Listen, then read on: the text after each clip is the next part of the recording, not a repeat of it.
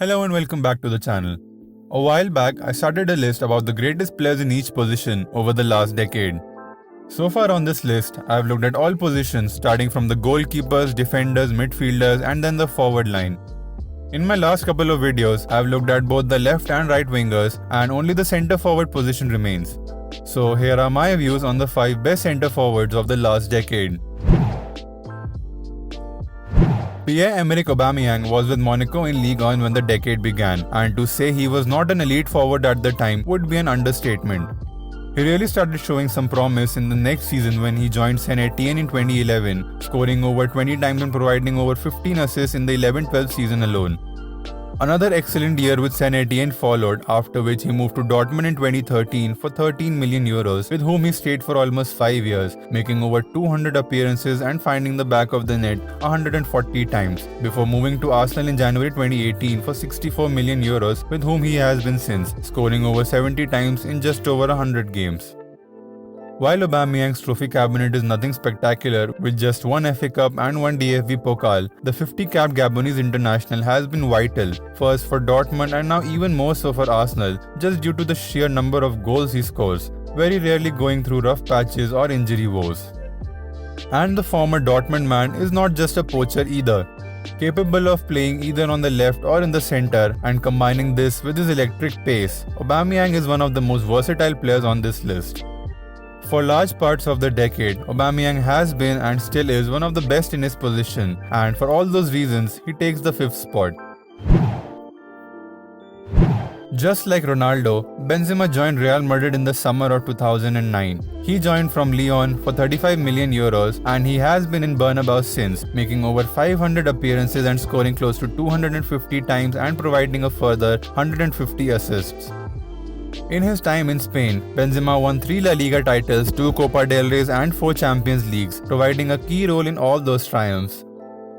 He has also won over 80 caps with France, but none since 2015, and as a result, he missed out on his nation's 2018 World Cup triumph.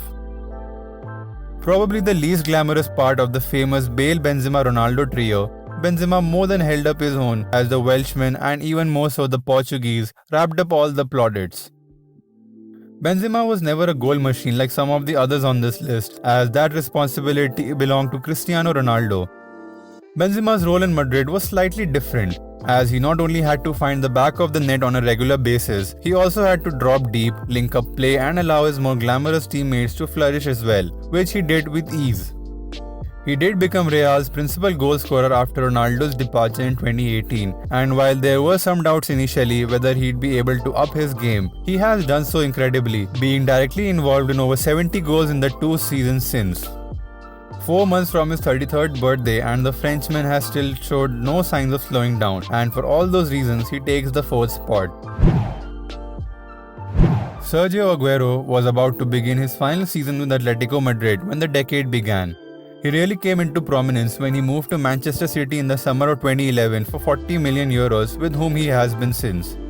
Aguero's greatest ever moment in a City shirt came when he scored the winner in the final game of the 11-12 season, which won the title for City for the very first time, and since then he has made more than 370 appearances, scoring over 250 times and winning a further 3 Premier League titles, 5 League Cups and the FA Cup in Manchester, while also lifting the Europa League crown with Atletico in his final season in Madrid.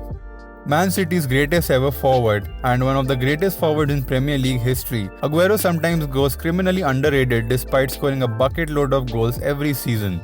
While some believe that Aguero will be pushed out of the City squad eventually after the arrival of Pep Guardiola and Gabriel Jesus in 2016 and 17 respectively, Aguero managed to tweak his game to the Spaniards' liking and has arguably had some of his best years in Manchester since.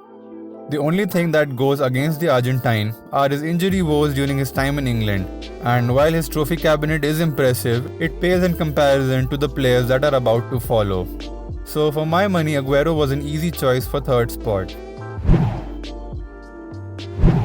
Luis Suarez was in his final year with Ajax when the decade began.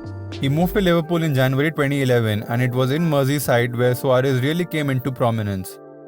In his 3.5 seasons with Liverpool, he played over 130 times, scored over 80 and laid a further 50. Suarez was named PFA Player of the Season in his final year with Liverpool, when he had one of Premier League's best ever individual seasons, being directly involved in close to 50 goals in the league alone. In 2014, Suarez was by far and away the best out-and-out number 9 in the world, and at 27, he was in the prime of his career.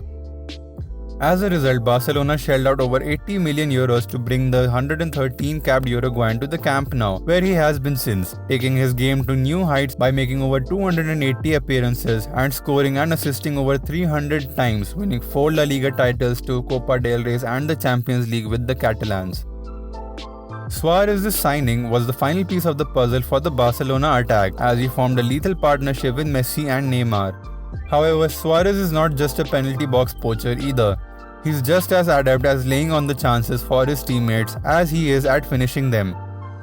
He had perhaps his greatest ever club season in 2015-16 when he scored 40 and assisted 18 in the league alone. But ever since then, Suarez has been on a steady decline, mostly due to fitness issues. Had this list been made 3 years ago, Suarez would have easily come out on top, but for the entirety of the decade, he finishes second. Since pretty much every elite team plays obviously with an elite centre forward, making this list was no easy feat, and some amazing players obviously missed out. A special mention must go to Gonzalo Higuain, who came closest to making this list, but only missed out because of his substantial dip in form in the last few seasons. Edinson Cavani and Harry Kane also came close but missed out because they have been very good only for a part of the decade.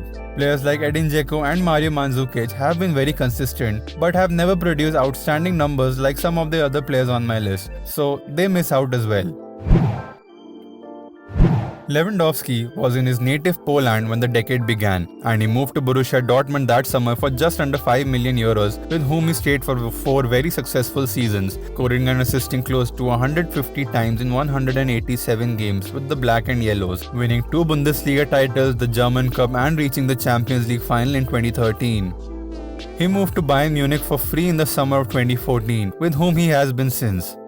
Lewandowski was already one of the best centre-forwards in the game when he moved to Bayern, and he seemingly took his game to new heights after joining the Bavarians, scoring or assisting more than 300 times in 288 games with the record German champions so far, winning back-to-back league titles from 2015 to 2020 and 3 DFB Pokals as well.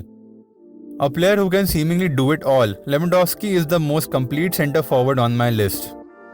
Lewandowski is strong, quick, can link up play, take set pieces, find pockets of space, press tirelessly, possess simply incredible fitness record, and no one apart from Messi and Ronaldo has found the back of the net more times than the 112 capped pole in the last decade. While he still hasn't won anything of note with his national side or the continent's biggest prize with Bayern just yet, the sheer consistency and the quality of the now 32-year-old is enough to bag him the top spot on my list. So that's it for me today. I hope you liked my video. If you did, don't forget to like the video, comment on it, and also subscribe to the channel. Bye.